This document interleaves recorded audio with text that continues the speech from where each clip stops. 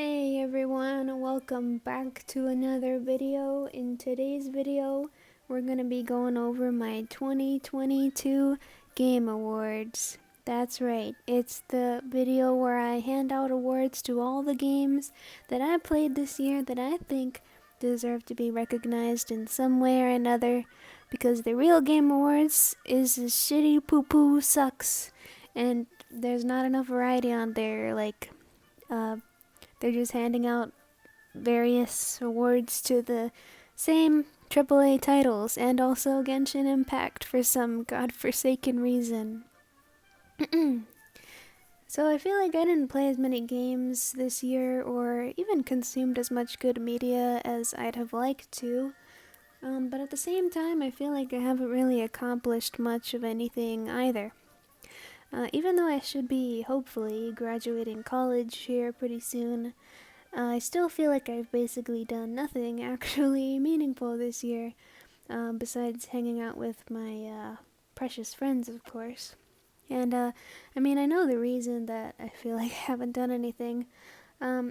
Technically, it's probably because I've slipped too far into my use of social media and didn't actually dedicate myself to trying to, find and consume more good media, even though I specifically told myself that I wanted to do that at the beginning of this year. And the beginning of this year felt like just a few months ago, honestly. Like, it felt like I blinked and it was December, so that's terrifying. Anyway, I feel like I started a bunch of games this year. Keyword being started. I began them and then slowly lost interest over time and just kind of dropped them. Like, I didn't actually finish any. I finished some games, but I didn't finish that many games this year. So this year has kind of been a dud year in terms of media consumption for me, I have to say. But I'll get into some highlights. First up, we have a sleeper hit of the year, and that's gonna have to go to none other than Katawa Shoujo. So Katawa Shoujo is one of those games where I've kind of always been aware of its existence, but for some reason never actually took the plunge to try and enjoy it for myself. I remember back in like 8th grade, when my one of my friends was, he was actually a really nice person, but he was playing it on his laptop at school. And looking back on it now, that was actually kind of like a no fear move of him, considering there do be some butt fucking in that game. But yeah, at least he was having a good time playing it at school. Actually, it was everything outside of the butt fucking that I really enjoyed about this game. Specifically in Emmy's route, who I did first.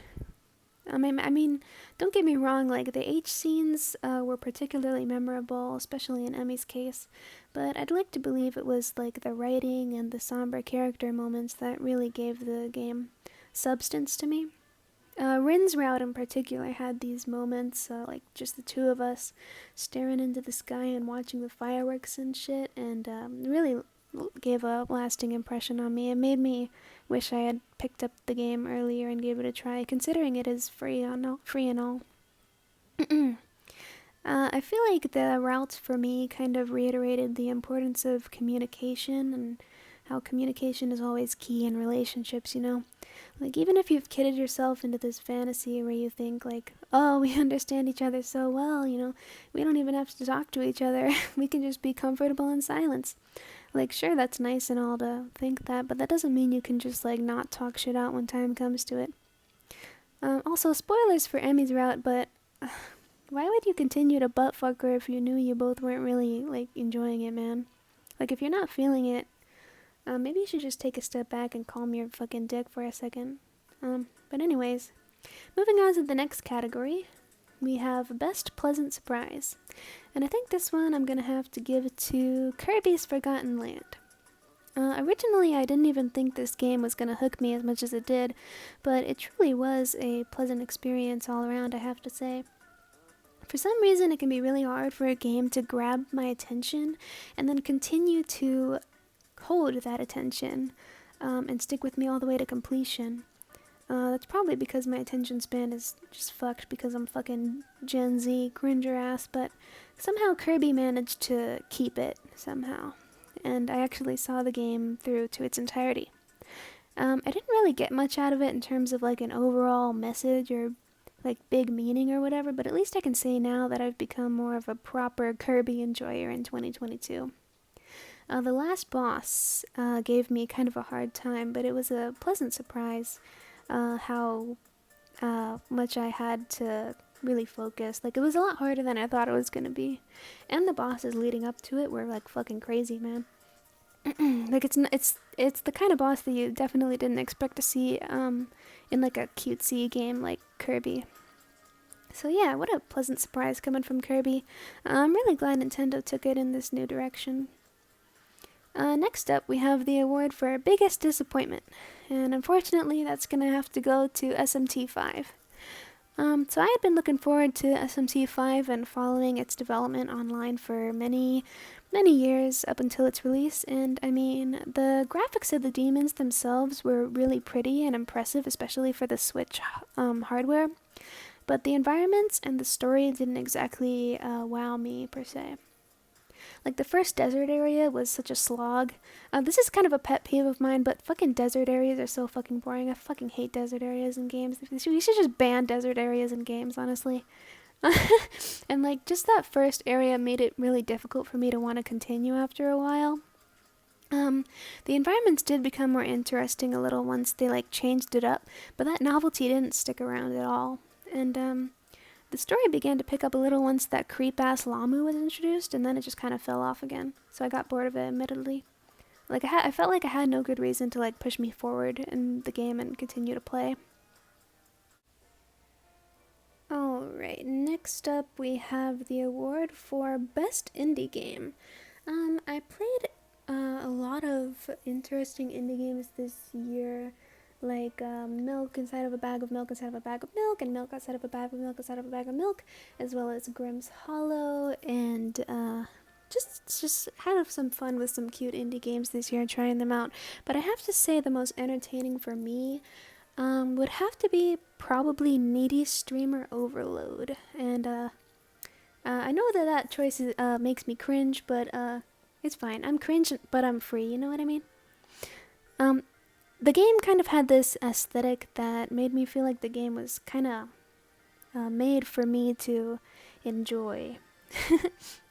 And also, the relentless negativity of the game was something. Yeah. I guess it kind of motivated me a little to try to not, to want to try to not spiral the same way that K-Angel does. And I went through like multiple endings of the game, trying to find like one good ending at least, but I eventually realized that there was like no hope for her and just kind of decided to give up and stop playing. But I did enjoy it nevertheless. And I think that this kind of idea can probably be used in real life too. Like, for some people, you just kind of have to move on. Anyway. Next up, we have the award for Worst Game of the Year, and this one is going to have to go to Valorant. And last but not least, I'm going to have to crown my 2022 Game of the Year. I didn't play much this year, but out of all the games I did play, I'd have to say my Game of the Year would have to be Sonic Adventure. I think personally for me, this has been the year of Sonic, and I've been hearing that from quite a few people.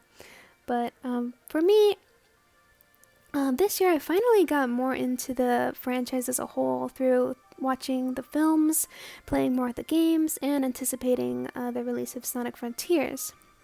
And in the case of Sonic Adventure, I remember having a very nice time with it. I kind of felt like it took me back to like a simpler time, where all I really had to worry about was like making sure my dad didn't hear me playing video games late into the night and come into my room scolding me, telling me to go to bed. And you would think that that's kind of a bad feeling, but it kind of gave me this comforting feeling of nostalgia that I really love so much, even though I'd never played the game before until now, being in my 20s. Sonic has always felt like the childhood that could have been for me, because my little brother was super obsessed with it, and I kind of leaned more towards playing Nintendo titles as a kid like Mario and Zelda.